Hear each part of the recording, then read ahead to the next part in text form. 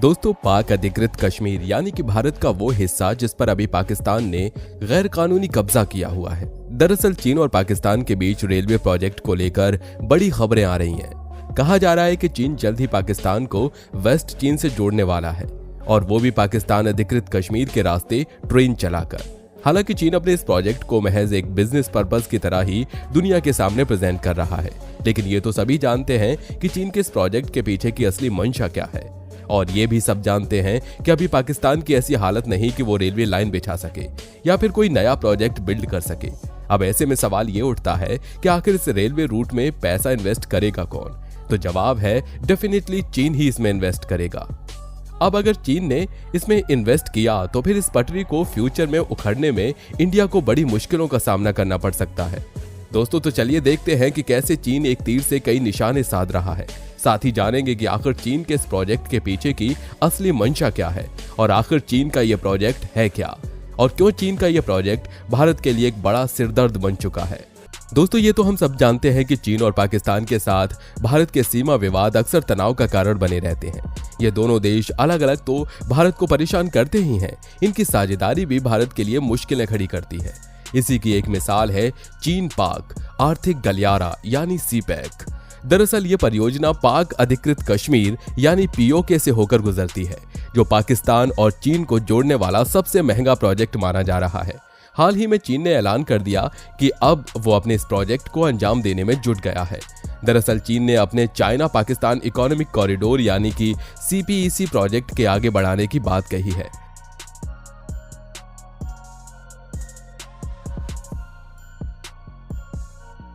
खबरें आ रही हैं कि अब जल्द ही चीन पीओके से होकर पाकिस्तान तक जाने वाली ट्रेन की सर्विस शुरू कर सकता है। चलिए सबसे पहले जानते हैं कि आखिर ये प्रोजेक्ट है क्या और इसे कब और क्यों शुरू किया गया था। दोस्तों, चीन पाकिस्तान आर्थिक गलियारा यानी कि सीपीईसी को साल 2015 में लॉन्च किया गया था। तब चीन और पाकिस्तान के बीच $46 बिलियन के 51 समझौतों पर हस्ताक्षर हुए थे। चीन के बेल्ट एंड रोड इनिशिएटिव के एक मेजर कंपोनेंट के रूप में यह द्विपक्षीय परियोजना शुरू हुई थी, जिसमें पाकिस्तान के सड़क और रेल नेटवर्क के साथ ऊर्जा क्षेत्र का आधुनिकीकरण करना लक्ष्य था।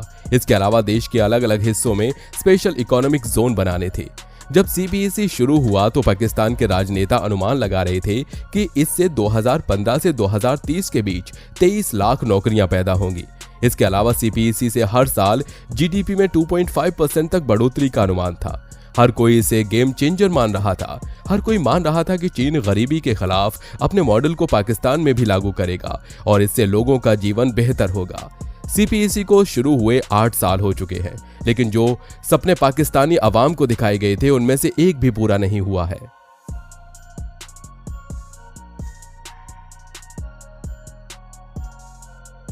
असल में देखा जाए तो इस प्रोजेक्ट का फायदा पाकिस्तान को हुआ ही नहीं, क्योंकि इस प्रोजेक्ट के लिए फंडिंग चीन ने की और फिर अपने ही कंपनियों से उन कामों को करवाया जिसमें ज्यादातर कर्मचारी चीनी थे। यानी चीन ने जो पैसे दिए उसे वापस लेकर भी चला गया। IMF का आंकड़ा कहता है कि पाकिस्तान के ऊपर $126 अरब का विदेशी कर्ज है। इसमें से $30 बिलियन उसने चीन से ले रखा है। जानकार ये भी बताते हैं कि यह गलत नीतियों की वजह से पाकिस्तान का $30 अरब कर्ज अर्थव्यवस्था के कोई खास काम नहीं आ सका। उल्टे उसकी वजह से पाकिस्तान का विदेशी मुद्रा भंडार खाली होने की कगार पर है और लगातार देश की अर्थव्यवस्था बर्बादी की ओर बढ़ रही है।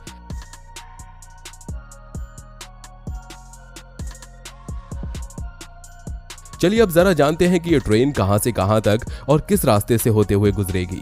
दोस्तों, आपको बता दें कि चीन के सरकारी रेलवे के पहले सर्वे के मुताबिक चीन से पाकिस्तान को जोड़ने वाली 3000 किलोमीटर लंबी ये रेल लाइन चीन पाकिस्तान इकोनॉमिक कॉरिडोर का हिस्सा है, जो वेस्ट चीन के शिनजियांग के उइगर के स्वायत्त क्षेत्र में कश्मीर और पाकिस्तान के बंदरगाह ग्वादर को आपस में जोड़ेगी। और यह रेल लाइन पाकिस्तान के कंट्रोल वाले कश्मीर से होकर गुजरेगी, जो भारत के बेहद टेंशन वाली बात है।